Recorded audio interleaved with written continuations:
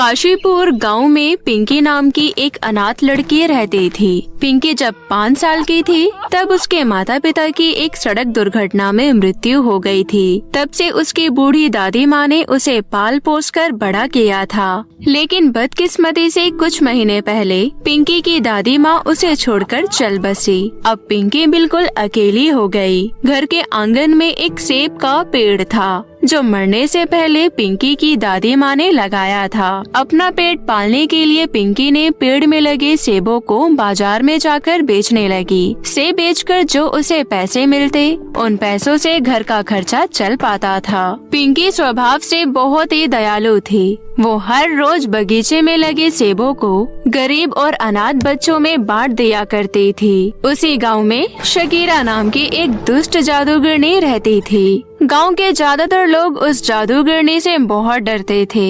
एक दिन की बात है, हमेशा की तरह पिंकी बाजार में रसीले सेब बेच रही थी। तभी वहाँ जादूगरनी शकीरा अपनी जादुई झाड़ू में बैठकर बाजार में घूम रही थी। अचानक जादूगरनी शकीरा की नजर उन रसीले सेबों पर गई। वो तुरंत पिंकी के पास गई और बोली, ए लड़की, ये सेब ताजे हैं क्या? हाँ जादूगरनी जी, ये सेब एकदम ताजे हैं। आप एक बार इन्हें खाकर तो देखिए। ठीक है, ये सारे सेब तुम मुझे दे दो। अगर मुझे सेब पसंद नहीं आए तो फिर देखना। ठीक है जादूगरनी, आप ये सारे सेब रख लीजिए। मैं आपसे ज्यादा पैसे भी नहीं लूंगी। क्या कहा तूने? तुम मुझसे पैसे लेगी? तेरी इतनी हिम्मत? चल, सारे सेब मुझे देकर चुपचाप यहाँ से निकल जा, नहीं तो तुझे मैं चूहिया बना दूंगी।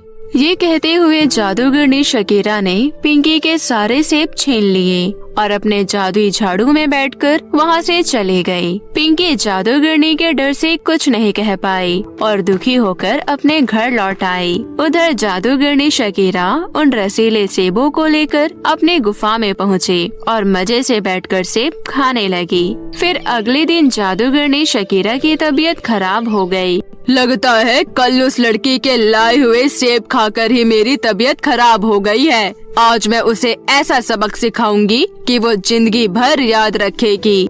इतना कहकर जादूगरनी पिंकी को ढूंढते हुए उसके घर जा पहुंची। जादूगरनी शकीरा को वहां देखकर पिंकी घबरा गई। क्या हुआ जादूगरनी जी, आप सुबह सुबह मेरे घर पर? लड़की, तू अपने आप को ज्यादा चालाक समझती है। कल तूने धोखे से मुझे जहरीले सेब खाने को दिए जिससे मेरी तबीयत खराब हो गई, इसलिए मैं तुझे सबक सिखाने यहाँ आई हूँ। ये आप क्या कह रही हैं? मेरे सेब जहरीले नहीं हो सकते। मैं हर रोज इन सेबों को बाजार में बेचती हूँ। इन सेबों को खाकर कभी किसी को कुछ नहीं हुआ। लगता है आपको कोई गलतफहमी हुई है। शायद बाजार में आपने उल्टा सीधा खाना खा लिया होगा, जिस वजह से आपकी तबीयत खराब हो गई है। लेकिन उस दुष्ट जादूगरनी ने पिंकी की एक ना सुनी और फिर जादूगरनी ने अपनी जादुई छड़ी निकालकर जैसे ही घुमाया, पिंकी अंधी हो गई। अरे, मुझे कुछ दिखाई नहीं दे रहा। आपने मेरे साथ ऐसा क्यों किया? मैंने आपका क्या बिगाड़ा था? अब तू सदा के लिए ऐसे ही रहेगी। ये कहते हुए जादूगरनी वहाँ से गायब हो गई। उस दिन से पिंकी कुछ ना देख पाने के कारण घर से बाहर भी नहीं निकल पा रही थी। वो बिल्कुल लाचार हो गई। ऐसे ही 2-3 दिन निकल गए। 2-3 दिन कुछ ना खाने की वजह से पिंकी भूख से बेहाल हो गई। मुझे कुछ नहीं खाए हुए 2 दिन हो गए हैं। अगर मैंने आज कुछ नहीं खाया तो मैं भूख से मर जाऊंगी। मुझे दिखाई तो कुछ नहीं दे रहा। क्या करूं? मैं एक काम करती हूं, घर से बाहर निकलकर किसी से मदद मांगती हूं। ये कहते हुए पिंकी बड़ी मुश्किल से धीरे धीरे कदम बढ़ाते हुए घर से बाहर निकली। पिंकी चलते चलते ऊंची पहाड़ी पर जा पहुंची। पिंकी उस पहाड़ी से गिरने ही वाली थी कि तभी आसमान से गुजर रही रानी परी ने पिंकी को देख लिया। लगता है इस बेचारी लड़की को दिखाई नहीं देता। मुझे इसकी मदद करनी पड़ेगी, नहीं तो ये पहाड़ी से नीचे गिर जाएगी।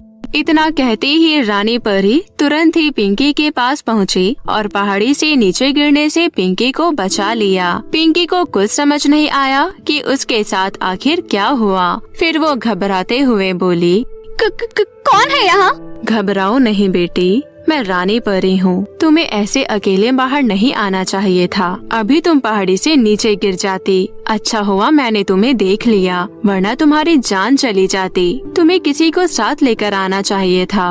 परी जी, मेरा इस दुनिया में कोई नहीं है। परी जी, क्या आप मेरी एक मदद कर सकती हैं? नहीं तो मैं इस तरह जी नहीं पाऊंगी। तुम ऐसे क्यों बात कर रही हो? बेटी क्या बात है? मैं तुम्हारी किस तरह मदद कर सकती हूँ, बताओ मुझे।